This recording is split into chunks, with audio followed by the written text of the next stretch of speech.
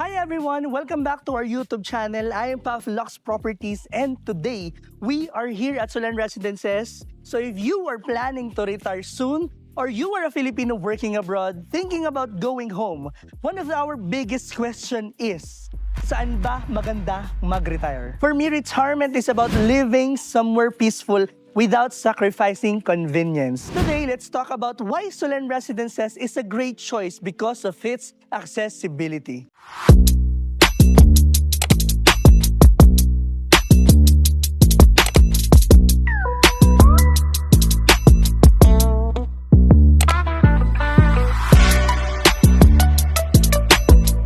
Number one, it is near in Paseo and New Valley. And one of the biggest advantages is you are a minutes away lang from Paseo and New Valley. So you have an easy access to restaurants, coffee shops, grocery, shopping mall, and leisure spots. And alam naman natin, if you're a retiree, you don't have to travel far just to enjoy the day. Dahil alam mo dito, if you are in Solan Residences, if you will retire here at Solan Residences, napakalapit mo sa Paseo outlets at New Valley. Alam naman natin na marami tayong open spaces there. So, 5 to 10 minutes away lang, nandun na tayo sa area nila. Second, it is connected to the major roads. No? It is conveniently accessible to South Luzon Expressway and Cavite Laguna Expressway, which is yung Calax natin. So if meron tayong family coming from the airport, coming from the Manila, or coming from Cavite area, no, we are very accessible to that. So if we have families, if we have grandchildren na magbibisit sa atin, no, or lalo na, if galing silang abroad, we are just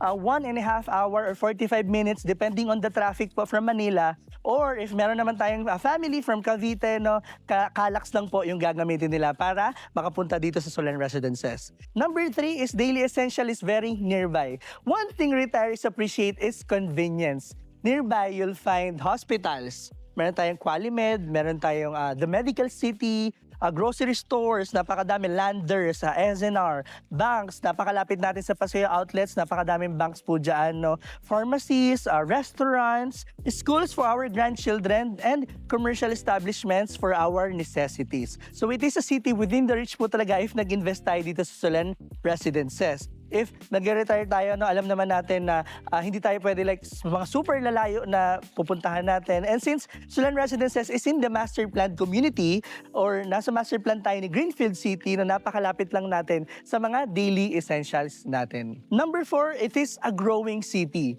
Santa Rosa continue to grow. Iba't ibang infrastructure, iba't ibang development, napakadaming businesses, napakadaming commercial establishments, at higit sa lahat, no, ibig sabihin, if may commercial developments, marami din tayong better na infrastructure. So, living in the area, very convenient na, no? Kasi living in a growing city, it means you are enjoying today's lifestyle while staying in location that continues to improve over time. So basically, if we invest here, 2026, no, in Solan Residences or in Greenfield City, no, we're not just buying the present time, we are also buying the future of its location. Number 5, more time for what matters. Alam mo naman natin, if we retire early or if we plan early for our retirement, no, the biggest benefit isn't just accessibility. It's what accessibility gives you. So if mas malapit mapuntahan yung mga family mo, mas maraming time, no, mas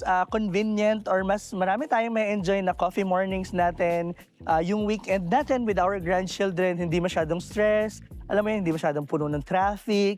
It's more time of enjoying retirement instead of sitting in a traffic. If your goal is to retire in a peaceful community that is close to everything, Solan Residences is definitely worth considering. Again, I am Puff Lux Property, and that's a very quick 5 reasons why accessibility matters if you're a retiree dito sa Solan Residences. Thank you for watching our videos, no? And if you're interested to visit the actual site, the actual development here at Greenfield City, just send us a message through our Viber, WhatsApp, and iMessage. That's +639 1712 48304. And see you on our next video.